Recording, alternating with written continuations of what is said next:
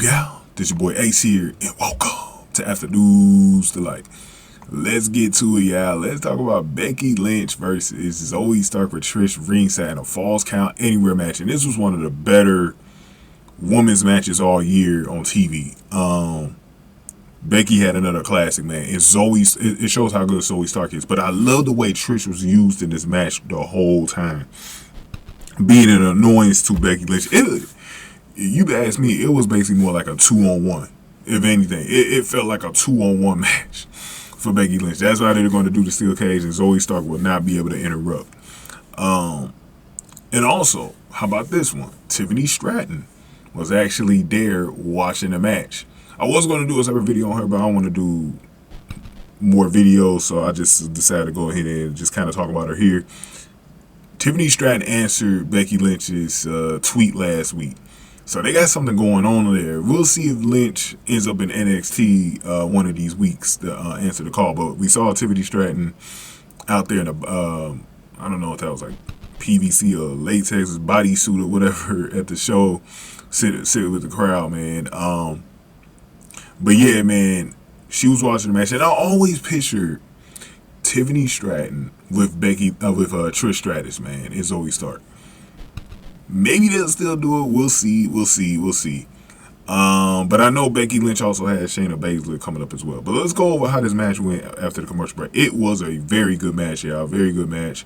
Both women worked really hard in this one, man. This is the first of 3 videos, by the way, because I got to talk about the table spot as well with Trish Stratus. And then I want to talk about Becky breaking down the last video about Bray Wyatt. So let's talk about the match here. So Lynch took offensive control and set it up for her finisher on the broadcast table when the Stratus returned and tripped her up. Before I continue, one thing that I love when they go down to Memphis is the whoop that trick chants. Now, I've heard some other wrestling cities, chant that. It hasn't been a regular thing that you hear from the crowd. And I like that they don't do it because it should be specific to Memphis. They got that chant from Hustle and Flow, the movie, man, with Terrence Howard, man, back in the day. Back in the, what was that, 05, 06, bro? And it should be specific to Memphis. Since that movie was about the Memphis rap scene or whatever, it should be about Memphis, bro. Like, that's specific to Memphis. I like that when they go down to Memphis, we hear that chant. I don't want to hear that from, like, cities where they got nothing to do with the movie. Like, everyone, not every single city, but like especially the major cities should have some type of chant that's connected to their culture or whatever. I think that'd be pretty cool. I talked about that in one of my videos earlier, so I just wanted to bring it up here. But I love to whoop that trick chant that they be doing. But like I said, let's continue here. So Stark booted Lynch in the face and covered her for a 2 count on the broadcast table. Stark climbed up to the top of the barricade, but Lynch shoved her down. Lynch hoisted up Stark for her finisher on another table, but Stratus hit her from behind. Stratus bulldog Lynch through a table. Stratus dragged Stark over and she covered Trish for a 2 count. Stratus and Stark set up for a double team move on Lynch on the platform, but Stratus fought them off, and then Stark accidentally hit Stratus, who fell off the platform through a table, and then Lynch performed a manhandle slam that drove Stark through another table and then pinned her. So Becky Lynch got the win. That was all she wrote for Zoey Stark. In about 16 minutes, it was a good main event match too. We haven't seen a really good main event match on Raw in a while. This was great, and it shows how good Zoey Stark is in a ring. Zoey Stark is so good. We already know how good Becky Lynch is. You put them two in a ring together, bro, that's a pay-per-view match within itself. We had 2 good matches with them.